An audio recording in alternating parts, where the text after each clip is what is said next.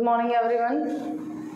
आज का हमारा टॉपिक रहेगा ऐसे type questions. It is also from the communication education and technology subject. Question is ऐसे टाइप क्वेश्चन। ऐसे टाइप क्वेश्चंस क्या है, क्या चीज़ें हैं उसके अंदर। तो डेफिनेशंस के अंदर क्या आएगा हमारा, एन ऐसे टाइप क्वेश्चंस या ऐसे test presents one and more questions or other tasks that require extended written responses from the person being tested। ऐसे टाइप क्वेश्चंस के अंदर क्या है कि कोई भी पर्सन जो टेस्ट रिटर्न करने के लिए आया है उसको चीज़ों को एक्सटेंडेड फॉर्म के अंदर लिखना है। ठीक है, ऐसे टाइप क्वेश्चंस के अंदर क्या है कि जो भी पर्सन, जो भी कैंडिडेट हमारे पास टेस्ट कंडक्ट करने के लिए आया है, ठीक है, उसको हमारे टॉपिक को एक एक्सटेंडेड फॉर्म में लिखना है। नेक्स्ट क्लासिफिकेशन, टू टाइप्स के एक्सटेंडेड ऐसे टाइप क्वेश्चंस आ जाते हैं। फर्स्ट आते हैं हमारे extended, second is our restricted. Extended responses के अंदर क्या है, in it no restriction is placed, किसी भी तरीके की कोई रिस्ट्रिक्शंस नहीं होती, हमें जर्नली बोल दिया गया right describe about nervous system, that is the question. Okay, describe about nervous system, हमें नर्वस सिस्टम के बारे में डिस्क्राइब करना है। ये क्या हो गया हमारा एक्सटेंडेड रिस्पॉन्स। इसके अंदर कोई रिस्ट्रिक्शन नहीं है कि नर्वस सिस्टम का मेन सेंटर क्या है, मेन सीएनएस सिस्टम क्या क्या हैं, हमारी जो सेंसेस नर्व्स हैं वो कौन कौन सी हैं, ऐसा कुछ नहीं पूछा गया। हम अपनी मर्जी के अकॉर्डिंग जितना हमें आता है या जिस अकॉर्डिंग हम डिस्क्राइब करना चाहते हैं हम वैसे टॉपिक को डिस्क्राइब कर सकते हैं। In it no restriction is placed, किसी भी तरीके की रिस्ट्रिक्शंस प्लेस्ड नहीं है on the students as to the point ही और she will be discuss. Students अपने पॉइंट्स के अकॉर्डिंग चीज़ों को डिस्कस कर सकता है and she will discuss and the type of organisation students will used. और स्टूडेंट क्या है अपने अकॉर्डिंग चीज़ों को ऑर्गेनाइज कर सकता है एंड डिस्कस कर सकता है। तो एक्सटेंडेड के अंदर क्या है, किसी भी तरीके की नो रिस्ट्रिक्शंस है,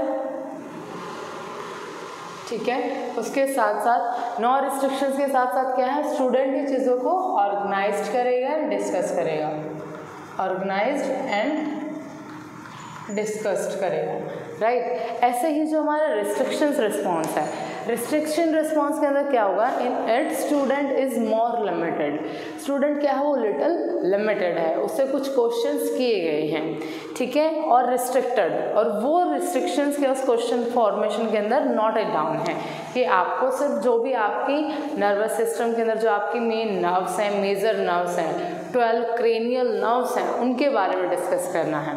आप कंप्लीट नर्वस सिस्टम को डिस्क्राइब नहीं करना, तो वो क्या आ गया आपके पास एक रिस्ट्रिक्शंस आ गई, जहाँ पे आपको एक लिमिटेड रिस्पॉन्स करना है एंड लिमिटेड एरिया को लेके रिस्पॉन्स करना है।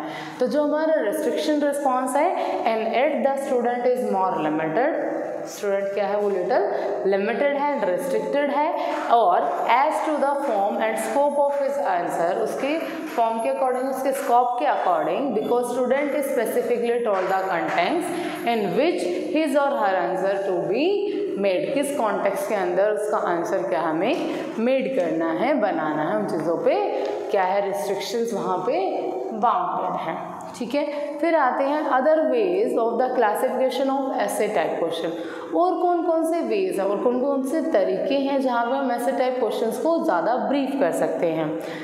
According to Weidman, according to Weidman, he used the following 11 words।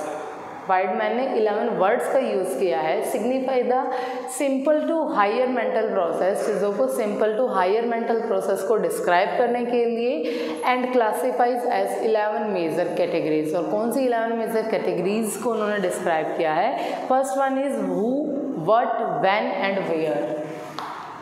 First is who, what, when and where. First कौन था, क्या था, कब, कहाँ पे चीज़ें हुई।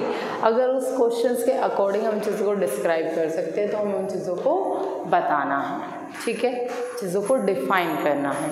सेकंड, जो डिफाइन हमने यहाँ पे किया है उन चीज़ों को हमें फिर एक्सप्लेन करना है। हम हु कौन था उस चीज़ को एक्सप्लेन करना, बट क्या था उसको एक्सप्लेन करना, कहाँ से कैसे, ठीक है, उन सारी चीज़ों को फिर हमें एक्सप्लेन करना है। एक्सप्लेनेशन के बाद जो थर्ड है, हमें जो चीज़ें हमने एक्सप्लेन की हैं, ठीक है, उनको लिस्ट डाउन करना है, उनको एक रेशियो के अंदर नोट इट डाउन करना है, तो हमें फिर उनको लिस्ट आउट करना है। फोर्थ इज आवर लिस्ट के बाद that is our discuss, it is discuss. First define किया, डेफिनेशन को एक्सप्लेन किया, एक्सप्लेनेशन के बाद हम किन किन टॉपिक्स के बारे में बात करेंगे उन चीज़ों को लिस्ट आउट किया, फिर उन लिस्ट आउट को डिस्कस करना है, उनके बारे में लिटिल ब्रीफ करना है। फिर मेन क्या है, हमें किसी एक सिंगल चीज़ को वहाँ पर डिस्क्राइब करना है, मोस्ट एक्सप्लेन करना है। आफ्टर एक्सप्लेनेशन हमें चीज़ों को डेवलप करना है, विकसित करना है कि हम कैसे और फर्दर उस टॉपिक को इंक्रीज कर सकते हैं या उसको और डिटेल कर सकते हैं, उस चीज़ के लिए हमें चीज़ों को डेवलप करना है। नेक्स्ट इज आवर कॉन्स्ट्रक्ट, फिर चीज़ों को कॉन्स्ट्रक्ट करना है, समराइज करना है, ठीक है। आफ्टर डैट हमें चीज़ों को कॉन्स्ट्रक्ट, यहाँ पे मिक्सिंग हो गया, फिर उसके बाद समराइज करेंगे टॉपिक को कंप्लीट करने के लिए। लास्ट नेक्स्ट इज और कंपेयर करेंगे चीज़ों को एंड इवेलुएट करेंगे। तो इन 11 टॉपिक्स को, इन 11 थिंग्स को हमें चीज़ों को फाइंड आउट करके चलना। Who, what, when and where explain करेंगे, लिस्ट आउट करेंगे, डिस्कस करेंगे, डिस्क्राइब करेंगे, उसके बाद डेवलप करेंगे, कंस्ट्रक्ट करेंगे, समराइज करेंगे, चीज़ों को कंपेयर करेंगे एंड लास्ट इज इवेलुएट करेंगे। फिर बात आती है हमारी एडवांटेजेस एंड डिसएडवांटेजेस की। Advantages and disadvantages of essay type questions, ETQs, ठीक है। देन essay type questions के अंदर हमारे क्या है, सबसे फर्स्ट जो हमारी एडवांटेजेस के बारे में हम डिस्कस करेंगे। First advantage is easy to prepare and administer a 6 question extended response essay test, then to prepare and administered a comparable 60 multiple choice questions test items in an objective test। ऐसे type questions क्या हैं, सबसे first test को prepare करना हमारे time को बचाता है, हमारी मेंटल प्रोसेस की स्ट्रेंथ को बचाता है और एक लिमिटेड टाइम पीरियड में हम 60 क्वेश्चंस, जहाँ पे हम 60 क्वेश्चन, 6 ऐसे टाइप क्वेश्चन एंड 60 MCQs, कौन सा बनाना हमारे लिए टफ होगा? ऑब्वियसली 60 MCQs बनाना हमारे लिए टफ हो गया। क्यों? क्योंकि 60 MCQs के अंदर क्या है, हमें उन 60 क्वेश्चंस को क्या है, ऑप्शंस भी देने होंगे, उन ऑप्शंस को करेक्ट भी कराना है, चीज़ों को सोचना है, हमें और दूसरे सेकंड पर्सन की हेल्प की नीड होगी। लेकिन यहाँ पे जब हम ऐसे टाइप क्वेश्चंस बना रहे हैं तो उस कंडीशन के अंदर ये हमारे पास एक एडवांटेजेस है कि 6 ऐसे टाइप क्वेश्चन को एडमिनिस्ट्रेट करना एंड ऑर्गेनाइज करना हमारे लिए ईजी है as compared to 6 MCQs questions. Next is our assess and examine ability and organize the idea. जब हम ऐसे टाइप क्वेश्चंस बना रहे हैं तो जो एग्जामिन है, ठीक है, जो एग्जामिन है वो अपनी एबिलिटीज़ एंड अपनी आइडियाज़ के अकॉर्डिंग ही चीज़ों को ब्रीफली करके क्वेश्चन पेपर को डील कर सकता है। लेकिन when we made for the 60 MCQs questions, तो वो वहाँ पे हमें क्या है, नीड होगी किस चीज़ की, कि हमें मे बी किसी के आइडियाज़ एंड क्लूज़ लेने की हेल्प की ज़रूरत हो। Next is logical thinking, critical responsiveness, systematic presentation can be best evaluated. ऐसे टाइप क्वेश्चन अगर हमने किसी को टेस्ट के लिए दिया है, अगर MCQs हमने दिया है तो वहाँ पे हमें उतनी ब्रीफिंग करने की नीड नहीं है, ठीक है।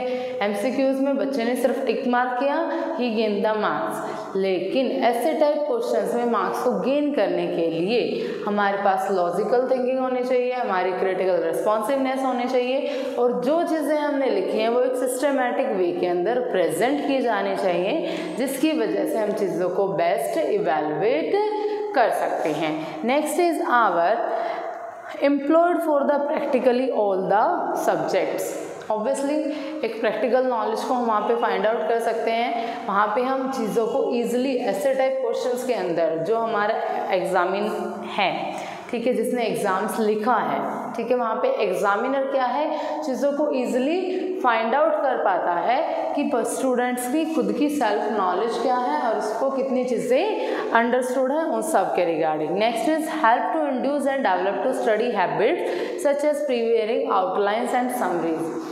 ऑब्वियसली जब हमें पता है कि हमारे जो क्वेश्चंस हैं या जो हमारा टेस्ट है डेट इज़ ऐसे टाइप, तो हमें बहुत अच्छे से चीज़ों को आउटलाइन करना आता है कि हमारे मेन की पॉइंट्स क्या रहेंगे, हम किन चीज़ों को डिस्क्राइब करेंगे, हम किन चीज़ों के बारे में डिस्कस करेंगे और फिर कैसे हम चीज़ों को समराइज़ करेंगे, ठीक है। तो वो उस चीज़ में हमारी बहुत हेल्प होती है।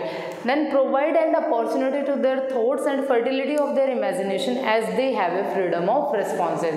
ऐसे टाइप क्वेश्चंस के अंदर हमारे पास रिस्ट्रिक्शन होती भी है तो वो लिमिटेड है। MCQs में तो हमारे पास सब लिमिटेड है कि हमने एक बार चीज़ों को टिक आउट कर दिया, हमें करेक्ट आंसर ही देना है। लेकिन ऐसे टाइप क्वेश्चंस के अंदर क्या है, हमारे पास एक लिमिटेड रिस्ट्रिक्शन होती है, या कुछ क्वेश्चंस में तो वो भी नहीं होती कि हम अपनी एक एक्सटेंडेड फॉर्म के अंदर अपने आइडियाज़ को और अपने थॉट्स को ईजिली राइट डाउन कर सकते हैं, ईजिली नोट इट डाउन कर सकते हैं। Next is our guessing is eliminated to some extent. जो हमारी गेसिंग है कि मान लो MCQs में क्या हम गेस कर सकते हैं, बताइए, नहीं कर सकते ना। गेस किया तो मीन्स क्वेश्चन मार्क्स गोन, राइट। लेकिन ऐसे टाइप क्वेश्चंस के अंदर क्या हम चीज़ों को गैस आउट करके लिख सकते हैं। इफ़ वी नो कि ये इससे सब्जेक्टेड है, इससे कोरिलेटेड है, लेकिन आफ्टर डेट हम इसको कोरिलेट करके चीज़ों को क्या है डिस्क्राइब कर सकते हैं, डिस्कस कर सकते हैं, उसको डेवलपमेंट तक लेके जा सकते हैं। Next, it requires less time for typing question और प्रिंटिंग। ऑब्वियसली एग्जामिनर के लिए हेल्पफुल है, क्योंकि इसके अंदर क्या होता है कि जब हमें जहाँ एक तो हमें 60 multiple choice questions write down करने हैं, टाइप करने हैं, उसके अंदर पेपर भी ज़्यादा लगेगा, टाइम भी ज़्यादा लगेगा, तो ये एग्जामिनर के लिए इजी है उस क्वेश्चन पेपर को टाइप करना और उस चीज़ों को लेस टाइम चाहिएगा। They can be written on the black board. Obviously 6 question हम इजिली ब्लैक बोर्ड पे लिख सकते हैं। Also if the number of the questions and students is not very large, right. Next is economically to use. Obviously आर्थिक रूप से बहुत easy है चीज़ों को यूज आउट करना, क्योंकि टाइम को भी बचाएगा, पैसों को भी बचाएगा, पेपर्स को बचा रहा है, चीज़ों को हमारी खुद की स्ट्रेंथ को वो कर रहा है। Next, major complex learning outcome which can not be measured by other में। एक कॉम्प्लेक्स लर्निंग जो स्टूडेंट्स के कीज पॉइंट्स हैं, वो कैसे चीज़ों को आउटलाइन कर रहे हैं, कैसे डिस्क्राइब करने हैं, कितनी चीज़ों को समराइज़ किया है, हम कहाँ पे चीज़ों को कंपेयर कर सकते हैं, इवेलुएट कर सकते हैं, वो सारी की सारी चीज़ें क्या है हमारी यहाँ पे डिस्क्राइब्ड हो जाती हैं। तो दीज थिंग्स आई हमारी एडवांटेजेस के अंदर। एडवांटेजेस के अंदर हमारे पास क्या आया, एग्जामिनेशन को, एग्जामिनर को क्वेश्चन पेपर को क्या है प्रिपेयर करना ईजी है, लेस टाइम लगता है, टाइपिंग करने में लेस टाइम लगता है, वो इजली चीज़ों को राइट डाउन कर सकता है, सेल्फ असेस कर सकता है as compare to MCQs of the 60 questions, right. Students के लिए लॉजिकल थिंकिंग का यूज़ करके, क्रिटिकल थिंकिंग का, रीजनिंग का यूज़ करके, स्टिमुलेशन का यूज़ करके वो अपने आइडियाज़ को ऑर्गेनाइज कर सकते हैं, प्रॉपरली प्रेजेंट कर सकते हैं, वहाँ से हम चीज़ों को फाइंड आउट कर सकते हैं स्टूडेंट कितना कॉम्प्लेक्सली या कितना स्टिमुलेटली चीज़ों को प्रेजेंट कर पा रहा है, उसकी स्टडी हैबिट्स क्या रही होंगी, उसने कैसे चीज़ों को आउटलाइन किया है, कैसे चीज़ों को समराइज़ किया है, उन सारी चीज़ों को हम बहुत ईजिली इवेलुएट कर सकते हैं। These are our advantages of the ऐसे टाइप क्वेश्चन। नाउ टर्म आती है डिसएडवांटेजेस ऑफ द ऐसे टाइप क्वेश्चन। अभी तक हमने बात की कि हमारी एडवांटेजेस क्या हैं, अब बात करते हैं हमारी डिसएडवांटेजेस क्या क्या है ऐसे टाइप क्वेश्चनिंग के लिए? First, test the lengthy enumeration of the memorised fact. Obviously memorised तथ्यों के बारे में हम यहाँ पे क्या है लेंथ को डिस्क्राइब करते हैं, जहाँ पे हमें सिर्फ ये है कि नाइट फ्लोरेंस का बर्थ कब हुआ और उसको हमने एक ब्रीफ के अंदर दे दिया, तो वहाँ पे सिर्फ बर्थ प्लेस हमें बताना था, date is we know. Date of birth कब है, डेट इज़ नर्सिस डे कब सेलिब्रेट करते हैं, डेट इज़ ऑन 12 मई, राइट। तो वो सारी चीज़ें की पॉइंट के अंदर हम लिख सकते हैं, लेकिन वहाँ पे अगर वो लार्ज क्वेश्चन के अंदर आई हैं तो हमें उन चीज़ों को भी कुछ फैक्ट्स के साथ मेमोराइज करके डिस्क्राइब करना होगा। Second is possess relative low validity and reliability because of the following factor. कुछ फैक्टर्स जिसकी वजह से उसकी वैलिडिटी, जो उसकी वैधता है या जो उसकी रिलेबिलिटी, जो उसकी वैल्यू है, मूल्यवान चीज़ें हैं, जो वो क्या है वो मिक्सअप हो जाती हैं। किसकी वजह से? लिमिटेड कंटेंट सैम्पलिंग की वजह से। सब्जेक्टिविटी ऑफ स्कोरिंग, ऑब्वियसली हम उतने मार्क्स स्कोर नहीं कर पाते सब्जेक्टिविटी के अंदर जितने हम लोग एमसीक्यूज में स्कोर कर पाते हैं। Good verbal ability in the absence of relative points, हम कुछ चीज़ें मौखिक तौर पे बहुत अच्छे से एक्सप्लेन कर पा सकते हैं, हमें उनके बारे में पता होता है, लेकिन हमारे पास वो एबिलिटीज़ नहीं होती कि उन पॉइंट्स को हम वर्ड्स के साथ प्रॉपरली डिस्क्राइब कर पाए। That is a disadvantage of the essay type question. Next is our examiner's mood. Obviously things depend on examiner's mood. हमने बहुत सारी चीज़ें बहुत अच्छे से लिखी हैं। MCQs में एग्जामिनर का मूड डिफाइन नहीं करता है, सिर्फ उसको ऑप्शंस चेकआउट करने हैं कि करेक्ट है या नहीं, लेकिन ऐसे टाइप क्वेश्चंस को जब पर्सन फाइंड आउट करेगा, चेकआउट करेगा, तो सारी चीज़ एग्जामिनर्स मूड पे डिपेंड करती हैं, जिसकी वजह से लो वैलिडिटी एंड रिलेबिलिटी रहती है। फर्स्ट इम्प्रेशन कैसा है? अगर आपने सब्जेक्टिव एग्जाम उसमें आपको सिर्फ करेक्ट सर्कल करना है या करेक्ट ऑप्शन वहाँ पे लिखना है, that was enough in the MCQs. लेकिन ऐसे टाइप क्वेश्चंस के अंदर आपकी हैंड राइटिंग कैसी है, आपने कैसे चीज़ों को प्रेजेंट किया है, आपकी आउटलाइन कैसी है, आप कैसे चीज़ों को समराइज़ कर रहे हो, बहुत ज़्यादा सब्जेक्टिवली मीन्स अदर चीज़ों को डिस्कस तो नहीं कर रहे हो जिनकी नीड नहीं है, नेसेसिटी नहीं है, तो वो सारी चीज़ें भी क्या है यहाँ पे चेकआउट की जाती हैं और ये सारी चीज़ें वहाँ पे सीन की जाती हैं कि आपने क्वेश्चन की स्टार्टिंग को कैसे स्टार्ट किया है। आपने स्टार्टिंग में अच्छा लिखा है तो maybe examiner not read out the complete question, complete answer, right. आपका फर्स्ट इंप्रेशन अच्छा है, then you score the good marks. If your first impression is mixed और not related to your topic, then maybe you get the less marks. बेशक आपने फिर last में amid में अच्छा लिखा हो, लेकिन जिसकी वजह से आपकी स्कोरिंग अफेक्ट होती है। Next, there is lack of consistency in judgement even among competent examiner. कितना भी कॉम्पिटेंट एग्जामिनर हो उसके बाद भी एक जजमेंट एरिया क्या है वो कहीं ना कहीं हमारा लैक ऑफ कंसिस्टेंसी रहती है।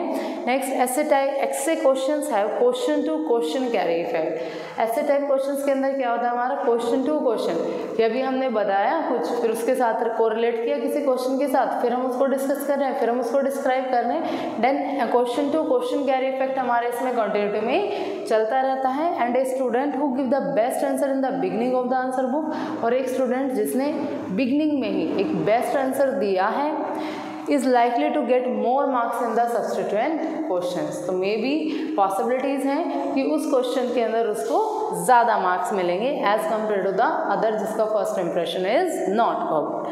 Examiner may be influenced by the language for the examinee. जो एग्जामिनीज हैं उनकी लैंग्वेज से क्या है एग्जामिनर इम्पैक्ट हो सकता है। बेशक उसने करेक्ट लिखा हो, उसको नॉलेज हो, बट फर्दर अगर कहीं पे भी ऐसी प्रॉब्लम है कि क्लाइंट एग्जामिन जो है वो चीज़ों को प्रॉपरली नहीं लिख पा रहा है, तो उस कंडीशन के अंदर क्या रहेगा एग्जामिनर इन्फ्लुएंस होता है क्या बच्चे की, स्टूडेंट ने जो राइट डाउन किया है उसकी लैंग्वेज से। And the quality of handwriting of the examiner may also influence the examiner. Obviously आपने लिखा करेक्ट है बट आपकी लैंग्वेज मीन्स जो आपकी हैंड राइटिंग है वो नाइस नहीं है, वो अंडरस्टैंडेबल नहीं है, तो उस कंडीशन में भी क्या होगा आपकी मार्किंग स्कोरिंग क्या वो डाउन जाएगी। Next, some examiners too liberal in marking and some too strict. Obviously कुछ एग्जामिनर्स बहुत लिबरल होते हैं कि ओके ठीक है, लेट गो करो, बच्चे ने लिखा है, जो लिखा ओके फाइन, उसको अच्छे मार्क्स दो। लेकिन कुछ एग्जामिनर्स क्या हैं, वो बहुत ही स्ट्रिक्ट होते हैं मार्किंग के regarding. Sometimes the mood off the examiner also influence marking.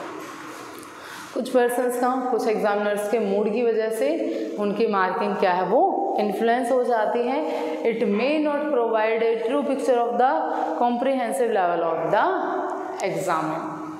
Comprehensive level of the examinee को हम चीज़ों को फाइंड आउट नहीं कर पाते।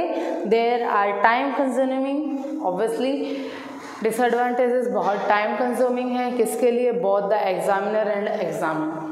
क्वेश्चन पेपर तो इजली बन गया, नो इशू, बट एग्जामिन ने जो लिखा है तो एग्जामिनर के लिए उस चीज़ों को रीड आउट करके मार्किंग देना तो दोनों के लिए ही टाइम कंज्यूमिंग है, और उस चीज़ों को बहुत ज़्यादा डिटेल में एक्सप्लेन एग्जामिन ने किया है तो उनके लिए भी वो डिफ़िकल्ट है। Then there are time consuming for both the examiner and examinee, writing examination for students and valuating answer script by the teachers. And last is speed of writing may influence the performance of the student. Obviously अगर student की हमारी क्या है, writing speed अच्छी नहीं है तो जिसकी वजह से वो एक लिमिटेड एरिया में लिख पाएगा या उसके कुछ ना कुछ क्वेश्चंस क्या वो लेफ्ट आउट हो जाएंगे, जिसकी वजह से उसकी स्कोरिंग क्या है वो इम्पैक्ट होगी। Then speed of the writing may influence the performance of the student and speed can overall questions answer. ठीक है, जिसकी वजह से ओवरऑल क्वेश्चन आंसर्स को डिटेल आउट नहीं कर पाएगा। तो these are our essay type questions, extended and restriction. Weidman के अकॉर्डिंग हमारे 11 वर्ड्स हैं जिनको हम यूज़ आउट करते हैं और ये हमने रीड आउट किया आज यहाँ पे एडवांटेजेस एंड डिसएडवांटेजेस ऑफ ऐसे टाइप क्वेश्चंस। होप समझ आ गया, सबको क्लियर है? Okay, thank you. इस वीडियो को लाइक करें, हमारे चैनल को सब्सक्राइब कर बेल आइकन जरूर प्रेस करें।